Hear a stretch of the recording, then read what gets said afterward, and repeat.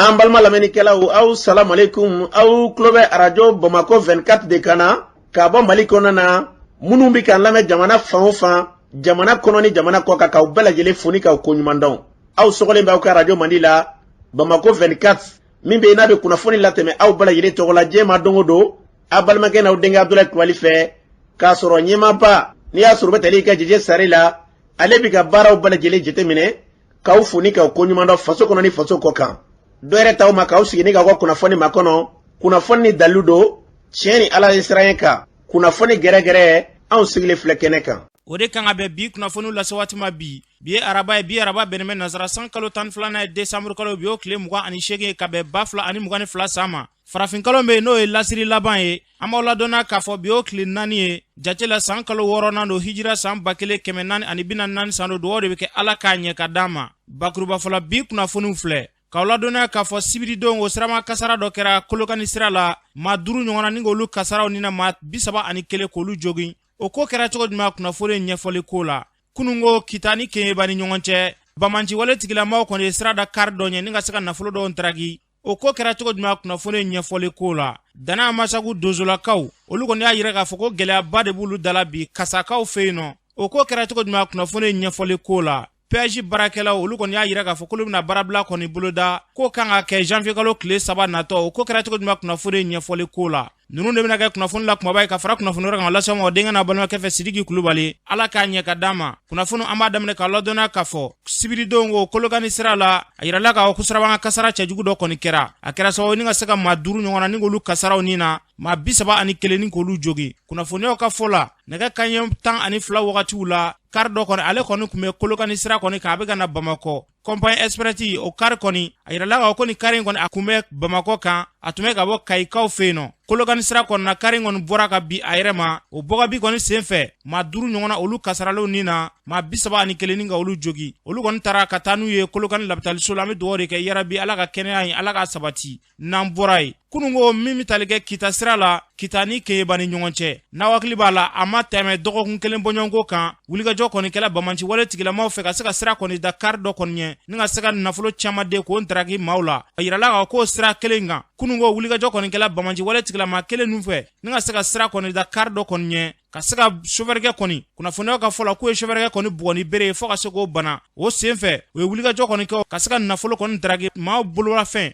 a caman de k'a bɛɛ lajɛlen kɔni ntarakiw la ni baara min n'a kɛra a kɛra nɛgɛ kanɲɛ 15 wagatiw la tilegan tɛrɛntɛrɛ yɛrɛ fɛ ni baara in kɔni kɛra a kɛra compagnie min na a bɛ fɔ a ma ko AK Transi baara in kɔni kɛla olu la u y'a yira k'a fɔ ko n'i ye Keɲeba sira in kɔni ta k'a lajɛ kɛrɛnkɛrɛnnenya n'i bɔla Keta k'i kunda Keɲeba kan k'a sira kɔni k'a tiɲɛnen bɛ kosɛbɛ k'u to o zigizagi kɔni de la ko Bamanci wale tigilamɔgɔ ninnu kɔni bɛ se ka wulikajɔ kɔni ta ka na ben maaw kan ko jamana ɲɛmɔgɔ kɔni ka fɛɛrɛ kɛ ka se ka lakana sabati nin yɔrɔ kofɔlen ninnu na jango sira in yɛrɛ a bɛ se ka dilan cogoya min na kunungo ta la ko maaw bolofɛn caman kɔni ntarakiliw la ko n'i y'a nafolo kasabi lajɛ ko a nafolo kasabi kɔni ka ca kosɛbɛ kosɛbɛ an bɛ dugawu de kɛ yarabi ala k'an ka jamana basigi n'an bɔra yen M5 RFP olu jabala min bɛ sigida fɔlɔ kɔnɔna na Bamakɔ kɔnɔna na nɔ olu kɔni ye faraɲɔgɔnba kɔni kɛ dɔgɔfarancɛ tɛmɛnen kɔnɔna na faraɲɔgɔn in kɛnɛ kan u ka ɲɛmaa n'o bɛ tali kɛ commando bɛn na ale kɔni y'a yira k'a fɔ ko maa dɔw kɔni bɛ ka kulu dɔ kɔni sigi sen kan ko M5 RFP Mali kura ko n'i ye M5 yɛrɛ ta k'a lajɛ ko M5 ye kelen de ye ko 2 tɛ dɛ ko wa ko jugu dɔw de bɛ jamana in na k'an ka dugawu k'an yɛrɛ walasa jamana in jugu a bɛ se ka kisi u tɔɔrɔ ma cogoya mun na an ka commando bɛn lamɛn. Sitanɛ b'an ka jamana nɔfɛ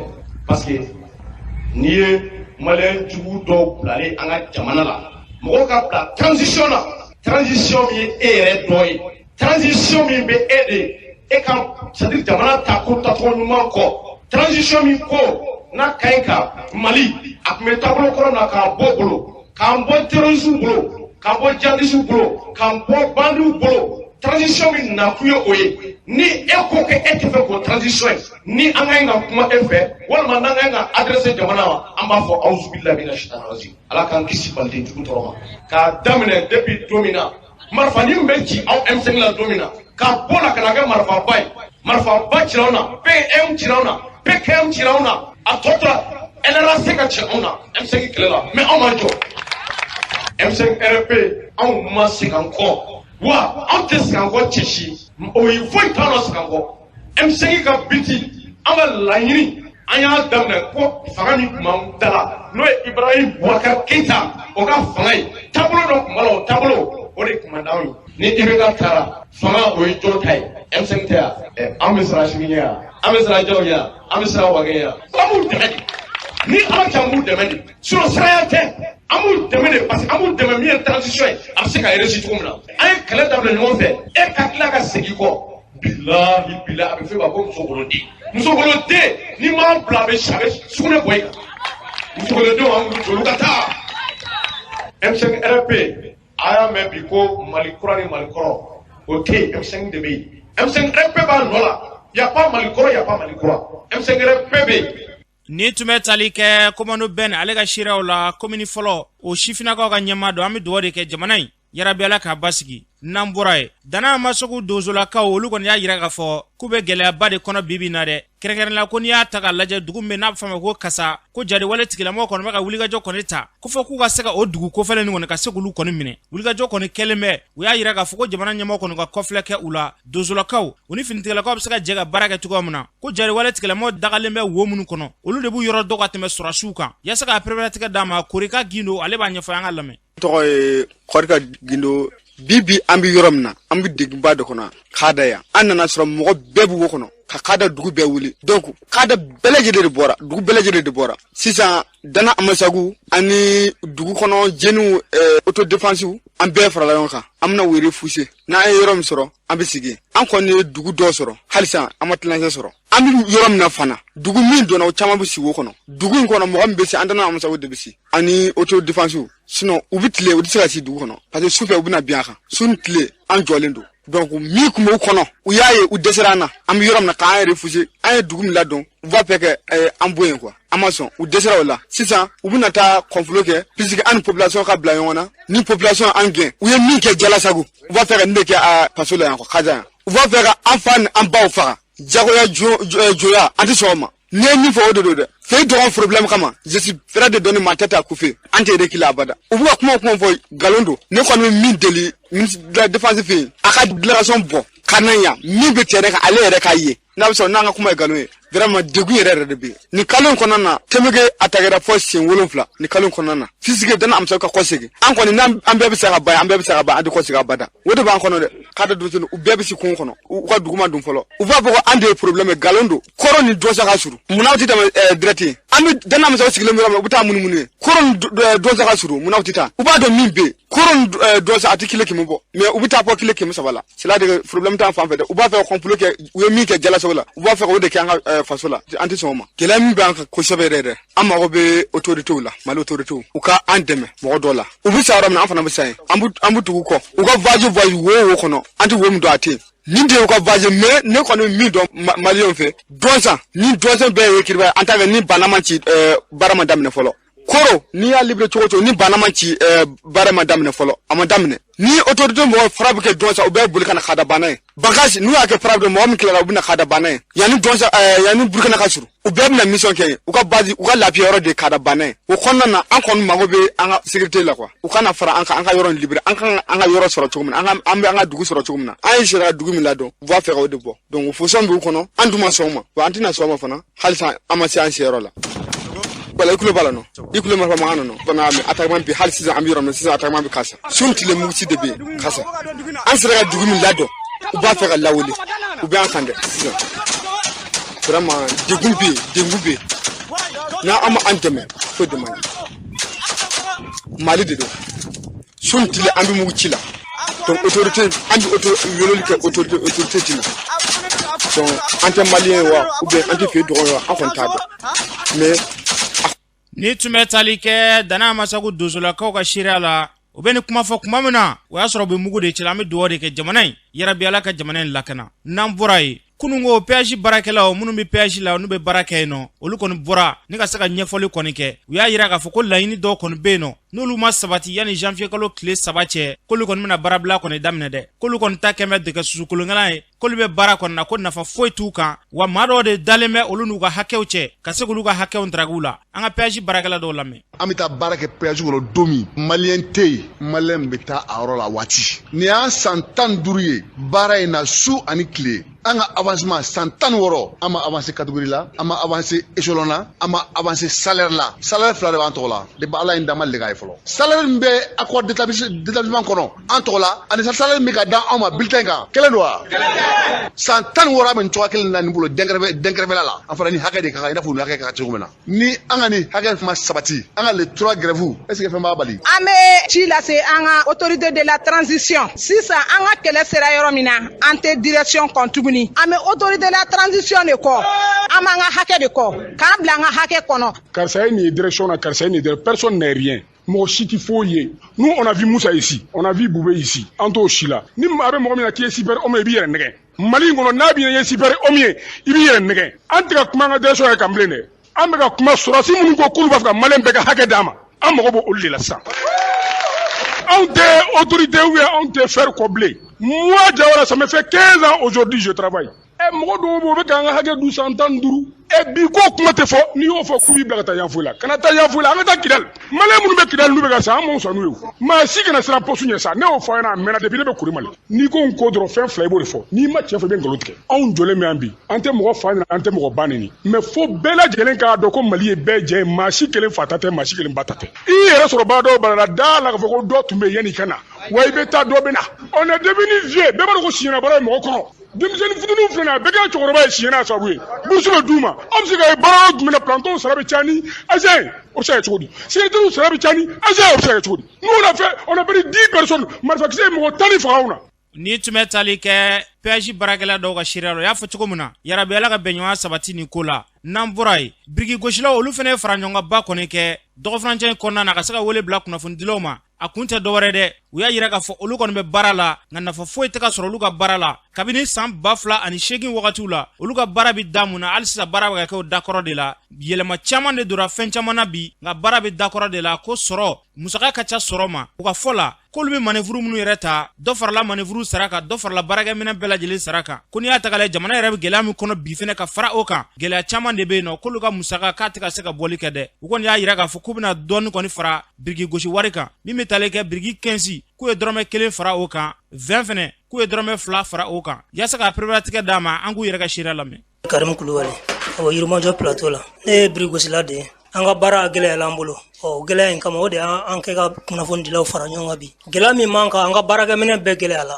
hali mani furu munu mamulo bara la olu joro ka do fara usara ka soro on tika prinyana masoro donc ode am blanna ka mogo fara nyonga no kuna fondi lawe ka kuna fondi uma wa di jamana deuma pour que anga sega layini do soro anga bara konala ami fe ga do de fara birgi priga parce que an kumbora ka fofolo peut-être mogo do ma fam donc anye drame kelengelen fara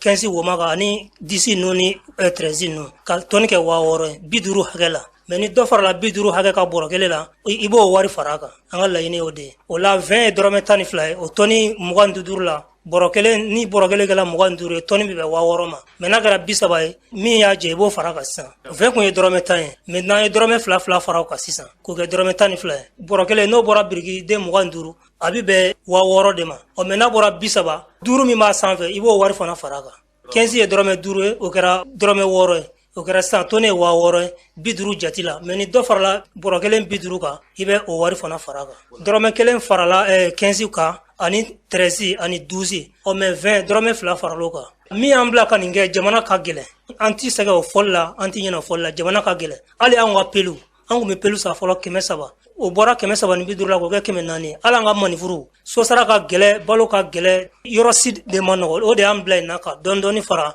brigi songa ka pour que am seka anga de moya bolo herela chugomi folo an mi manifuru ta keme duru borota nya minna me sisa oluko fo do fara o saraka manifuru tiga so keme duruma manifuru ko foga oluka borota sara keme woro walima keme wolovla donc ni awma do fara asonga ka dron alan seka anga de moya bolo maliki igela nega bara e brigi boy be bara ko brigi boy gele bo ay say ga do fara brigi priga bo an la nga mo chama ya famu bo mun ma famu ay kuma ci chama sigi yoro nyefelawla berka farawha angana ambebe angaga kulugeli barami sanye mulu chumina jama dunga fama ngadu daglefe ka bo daglefe parce que barani brigbo bebada mano eba baraka na freka na basura barala vraiment asaka ka bomma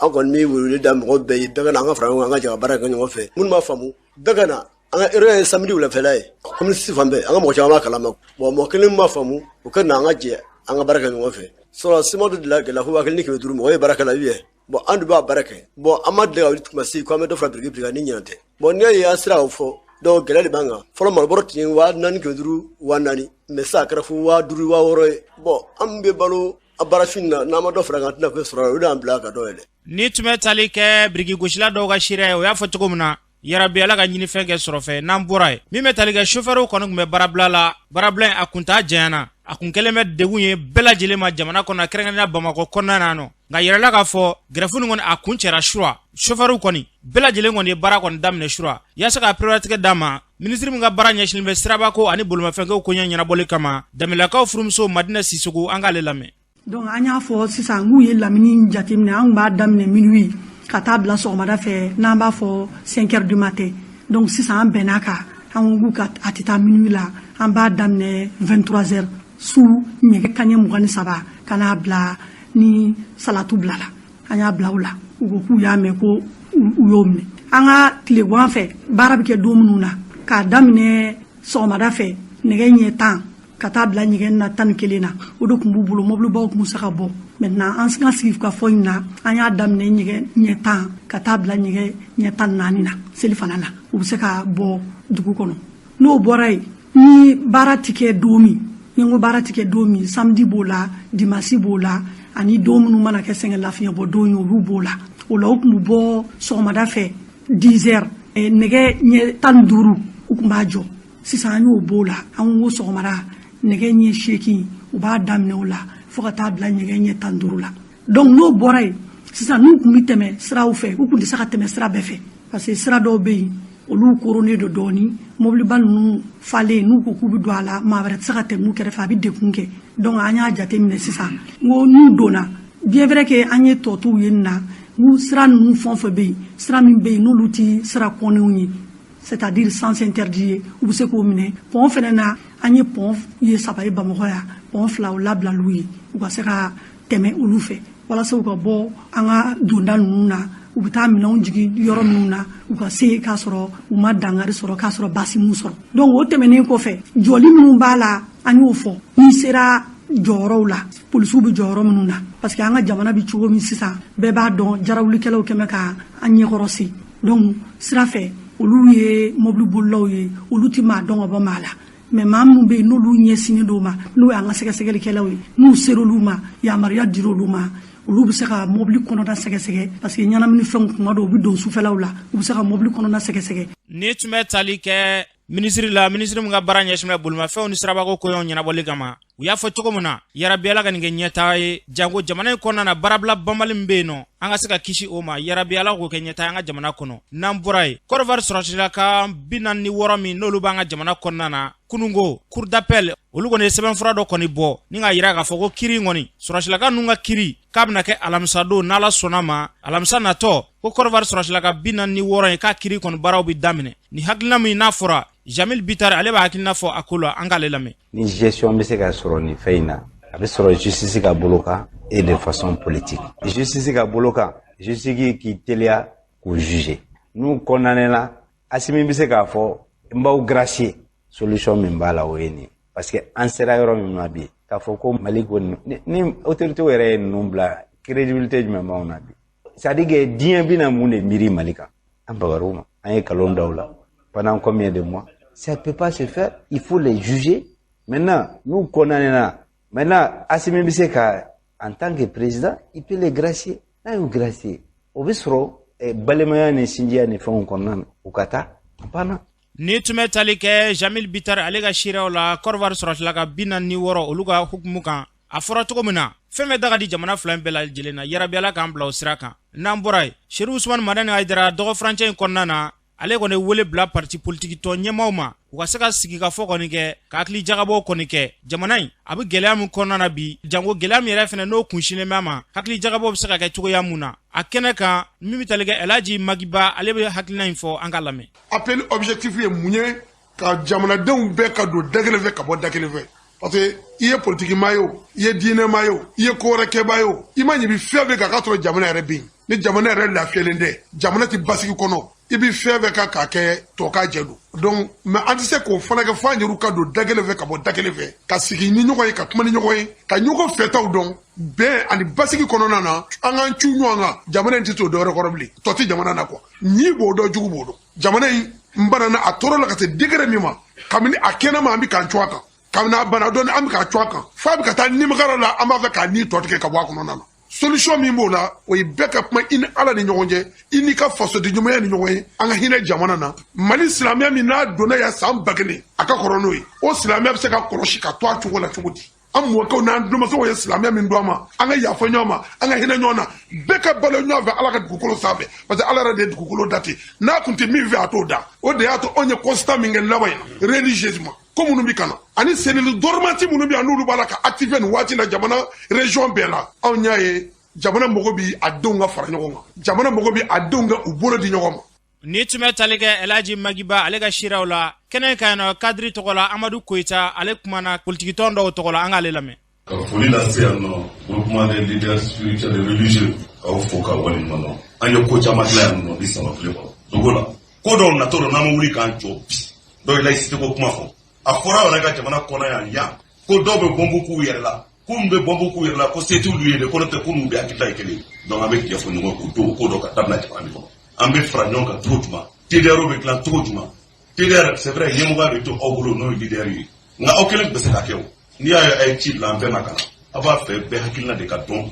o hakilina dɔɔnin na baara ka taa n'o taabolo ye pour que an bɛ bɔ gɛlɛya min kɔnɔ cogo min na ni Alahu Taala jɛra n'a ye cadre kɔni tɔgɔ la a bɛ kuma cadre tɔgɔ la n'an ka partenaire minnu bɛ yan n'o ye ministre Cɛbilen Daramɛ a n'a ye ko caman kɛ ɲɔgɔn fɛ anw bɛ na kɛnɛ kan fasoko kama anw bɛ na kɛnɛ kan basigi kama an bɛ na kɛnɛ kan bɔ gɛlɛya nin kɔnɔ cogo min na an bɛ na kɛnɛ kan parce que an b'a dɔn minnu b'a ɲɛmɔgɔya la yɛrɛ k'u b'a ko fasoko de don n'o tɛ aw dɔnnen don bi o n'o y'a sɔrɔ a bɛ ko wɛrɛ de ɲini na aw tɛ nin kɛnɛ sigi ala ye diɲɛ fɛn caman nɔgɔya aw ko tan kɛ Mali ma basigi aw tɛ se ka sigi n ko n'an ma wuli k'an jɔ ne ka kuma la kuma de la politique kuma tɛ n b'a fɔ n ko jugu wɛrɛ bɛ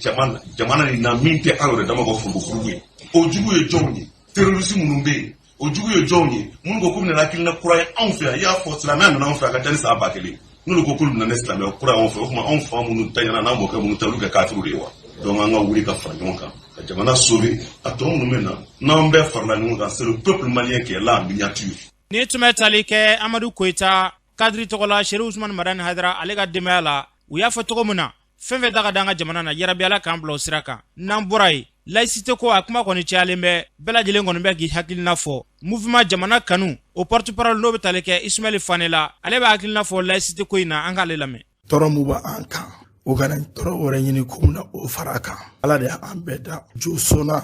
ala de y'a da diinɛ wɛrɛ maa minnu bɛ yen minnu bɛ Mahamadu diinɛ na minnu bɛ Isa diinɛ na minnu yɛrɛ bɛ n t'a si la yɛrɛ fiyewu hali minnu yɛrɛ ko n tɛ ala yɛrɛ fɛ ala ye nin bɛɛ bisimila a ka dugukolo sanfɛ ala m'a fɔ a ma si i ka ma diyagoya i k'a don diinɛ na ala ye adamadenw kɛ hakilisigi de o hakilimaya o danfara o de bɛ ani baganw ni ɲɔgɔn cɛ an b'a fɔ maliyɛnw ye Mali sigilen don sariya mun kan a sigilen tɛ diinɛ sariya kan a sigilen don bɛɛ ni i ta ni bolisɔn de ka di ye i ka bolisɔn kɛ ni kerecɛnya de ka di ye i ka kerecɛnya kɛ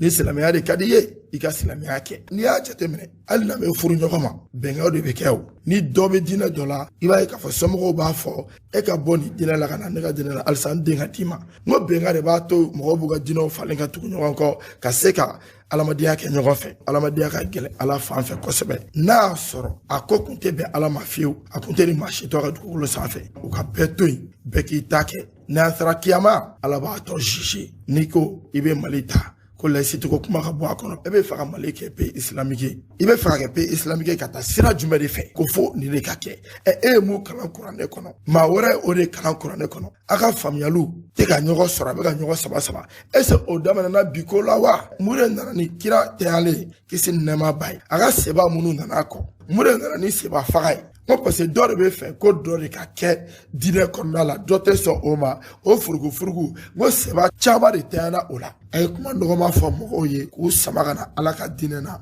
Mali an ka constitution kɔnɔna la laïcité de b'a kɔnɔna la ni ala ye an ka ɲɛma o ɲɛma ci k'a fɔ k'e bɛ bɔ laïcité kɔnɔna la ni Mali nana guerre religieux kɛ don min na a tɔgɔ tɛ bɔ i kɔ dɛ parce que a tɛ bɛn cogoya si an ka jamana kɔnɔ siyaw de bɛ yen taabolo de b'u u la dɔw ka taabolo olu y'a sɔrɔ depuis u burujuw la dɔw bɛ yen olu wolola diinɛ kɔnɔna la dɔw bɛ yen olu wolola an ka laadala la n'o o ye bolisɔn wagatiw ye ni aw ko aw kana olu bɛɛ de ta k'olu cɔngi aw bɛ diinɛ mun fɛ mali ma tila kɛlɛ la fɔlɔ dɛ an dun bɛ kɛlɛ mun na nin an ka sabali n'i y'a mɛn i bɛ diinɛko kɛlɛ kɛ jamana de bɛ yen k'a fɔ an ka autoritéw ye u k'u jɔ u jɔyɔrɔ la maa fɛn fɛn bɛ wajulu la laïcité ko in na bɛɛ ni wajulu ma kan an y'o de fɔ ka kɔrɔ maa minnu bɛ yen k'a fɔ k'u bɛ se ka kuma jama ɲɛfɛ diinɛ kan ka adamadenw dusukun sanuya a y'a to olu ka wajulu kɛ maa minnu ka wajulu bɛɛ bɛ kɛ kɔrɔmatigɛliw ye a t'a to kuma dɔw la t'a tɔgɔma ka kɛ hali maa minnu bɛ yen bi